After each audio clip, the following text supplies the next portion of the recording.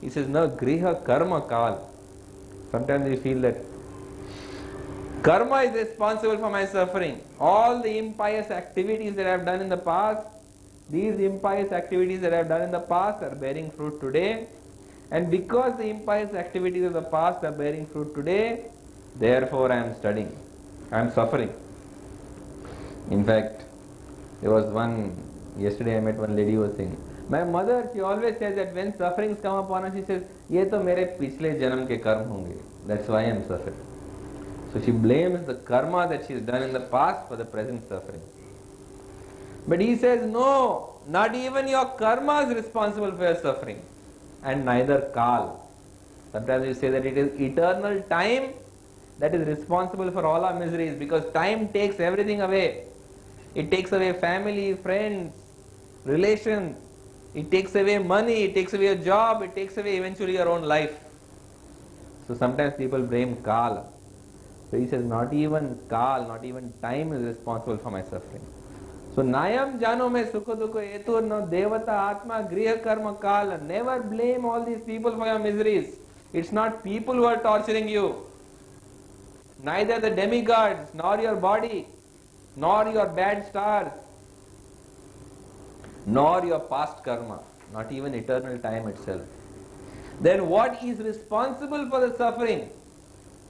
This was identified by the Brahmin of Avanti, and because he was able to identify the main cause of his suffering, he was able to tolerate the miseries. And what did he identify as the cause of his sufferings? He said very clearly, he said, Mana param karanam amananti sansara chakram parivartayedyat. It is my mind and my mind only which is the cause of all my sufferings.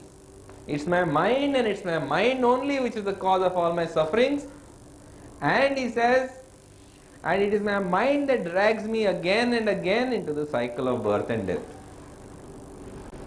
So the cause of the miseries is not other people. The cause of miseries is not your body, not the demigod, not your bad stars, not your previous karma, not even eternal time. The cause of all your sufferings in this world is none other than your own mind. It is your mind that is your greatest enemy, and it is your mind that is the cause of your suffering.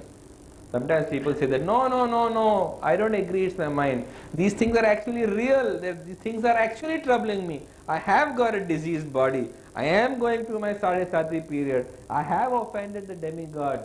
I have performed bad karma for which I am suffering today. But these are only external manifestations of suffering. The actual suffering takes place inside here. The actual suffering takes place inside here. It takes place because of your mind. For one who has controlled his mind, there is no suffering. Therefore it has been said that the mind is your greatest enemy, your mind is your greatest friend. For one who has controlled his mind, the mind is the greatest friend. But for one who has not controlled his mind, the mind is the greatest enemy. In the Bhagavad Gita, Krishna says, Bandhur atmana atmanastasya yena atmayava atmana jita anatmanastu shatrutve vartet atmayava tu shatruvat. That the mind can be your greatest friend or your greatest enemy. For one who's controlled the mind is the greatest friend. For one who has not controlled the mind is the greatest enemy. And the mind is the cause of all suffering. You see people who are going through unimaginable difficulties, but they are unshaken by them because they have controlled their mind. That is the definition of a person who has controlled his mind. So once again, it is the mind which is your greatest enemy. It is the mind which is the cause of sufferings. And finally, it is your mind which makes you fall down from spiritual life and re-enter into material life. Actually, you cannot get rid of your mind. Your mind is your constant companion. Where you go, your mind will go with you. I remember one boy came to me and told me, he said, I am absolutely disgusted now with what I am doing here in India. I've got serious plans to emigrate to America, and once I go to America, I'll be happy. So I told him that, look, you're still young. You may go to America, but if you go to America, you're taking your greatest enemy along with you. Your mind is going to accompany you right from here to America. And the cause of your misery is not your external circumstances. The cause of your misery is your mind. And if you are not able to control your mind, then you will be taking your misery on your back along with you. I remember we used to have the stories of Sinbad the sailor. So in Sinbad the sailor, there is an example of Sinbad the sailor who's marooned on a desert island. And when he goes on a desert island, what does he find? He finds an old, hunchbacked, wretched-looking man sitting on the beach. And that hunchbacked dwarf, old man, he looks at him and says that I am crippled and hunchbacked, please carry me. Because if you carry me, I'll be able to get up from this beach and go to some place more comfortable. So Sinbad, being very kind to him, takes him on his back. But once that old man is on his back, he has great distress, because that old man is the old man of the sea, and he has no intention of getting off from Sinbad's back. Not only he sits on his back, but he locks his ankles behind Sinbad's shoulder blades and holds on to Sinbad's hair and ear, and he makes him go here and there and here and there, and he bites him and kicks him and he boxes him until Sinbad does exactly what he wants. So our mind is like the old man of the sea on Sinbad the sailor's back. Try as you may, you cannot get rid of him. And that mind will accompany you, and it will force you to do exactly what it wants to do. You know that it is bad. You know that you shouldn't do it. You know that you should be doing something else. But your mind will drag you and force you and pinch you and box you and pull your hair and pull your ear and force you to do exactly what you should not do. And try as you might, there is no way that you can take the mind off your back.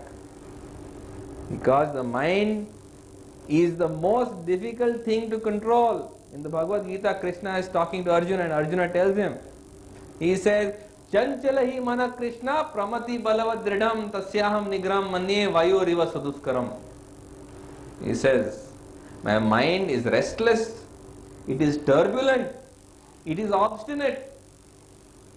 Restless, turbulent and obstinate, and to try to control my mind is like trying to control the wind. To try to control the mind is like trying to control the wind. So it is impossible to try to control the mind or get rid of it, because the mind will harass you and force you to do exactly what you should not do. And the characteristics of the mind are such that it will completely fool you into thinking that you are doing the right thing. Because the mind can convince you exactly what it wants to convince you. It will make you believe that what you are doing is the right thing. It will give you hundreds of arguments and thousands of arguments and millions of arguments why what you are doing is the best thing under the right circumstances. And no matter how you try to approach the mind will try to escape from your efforts to control it. It's like trying to kill a cockroach. Anyone here tried to kill a cockroach? Even if you corner a cockroach in the corner of the room and you approach it with a slipper to bang the cockroach to death, suddenly the cockroach will flatten itself and get into a crevice and it will be out of your reach. So the mind is like that. At least cockroach you can see, the mind you can't see. Sometimes you think you are the mind. So how can you actually control the mind or kill it? Because it is absolutely impossible to try to control it by normal means. It will escape, it will wriggle, it will squeeze, it will rationalize, it will argue and explain to you, and it will convince you that what you are doing is the right thing. This is the nature of the mind. And the qualities of the mind are such that it has got three main defects. What are the three main defects of the mind? One is, its first defect is it has got mala. That means it has got impurities. What are these impurities? These impurities are the past impressions that are already inflicted and present in the mind. Lust, anger, greed, envy, illusion, madness, these are all the mal, all the impurities that are there in the mind. And these impurities are remaining in the mind waiting to manifest themselves. And every activity which you do, which is motivated by lust, anger, greed, envy, illusion, madness, that is stored in the mind as mal. I remember my friend in medical college, he was telling me, he says, look, don't give me lectures about avoiding illicit sex or waiting until I get married. He said, see, I made up my mind that until I get married, I will have as much fun with as many women and girls as I like. But once I get married, I'll be very faithful to my wife. So I said, do you realize what you're doing? He said, what do you think I'm doing? I told you this is what I'll do. I said, just try to understand one thing. You have underestimated the capacity of your mind. Every action you do, which is actually motivated by lust, anger, greed, envy, illusion, is imprinted in your mind. You think that when you are with your wife, you will be alone. You are not going to be alone with your wife. When you are with your wife, all your former girlfriends will also be sitting around you. Why? Because you will be carrying them with you in your mind. And this is a fact. I told him, you do what you want and you tell me after you get married whether what I said is correct or not. And you will notice that you are never alone with a woman that you have married, because you are carrying with you that mull, that impurities. And those impurities in the form of those women will accompany you wherever you are. You are carrying them as your baggage on your back. These mental impressions are permanently installed in your brain now. So this is the mull that everybody carries around. Then we have vikshep. The mind is always tossing. It's always restless. It can never sit in one place. It is impossible for the mind to sit in one place. In fact, the mind has been compared to a street dog. Have you seen a street dog anywhere? Dog never sits in one place. It's always looking for some interesting smell, and it will go to one place, find something interesting. After some time, it will get bored. Again, it's always roaming from one place to the other. It can never be sitting in one place. Therefore, it goes from one place to another place to another. And what happens to the street dog? It gets kicked. It goes to one place. When it gets a kick, then it leaves and goes to the next place. That is the nature of the mind. The mind will pursue one train of thoughts until it gets one kick. Then when you get a kick, mental kick, and you realize that, oh, I was not doing the right thing, then you will still go in another direction. And so this is the nature of the mind. Like a street dog, it will go sniffing in all the dirtiest places until it is forcibly kicked and thrown out. In fact, the mind is also compared to the monkey. The monkey cannot sit still on one tree. It's always swinging from branch to branch. It's always swinging from one place to the other. This is the nature of the mind. It is always restless and it is always turbulent. It can never sit still in one place. And don't think that you can actually try to control this restlessness. Have you ever seen mercury? Mercury in a thermometer? Try to take mercury in a thermometer and close your fist over it. The mercury will slip out from between your fingers. And when it falls, each one drop of mercury will become hundreds of drops of mercury. Hundreds, literally hundreds, you will see shiny globules of mercury on the floor. So also the mind has a tendency that it can never be gripped, because it always slips out of your grasp. Not only it slips out of your grasp, but it goes in 1 million directions. It goes in 1 million directions.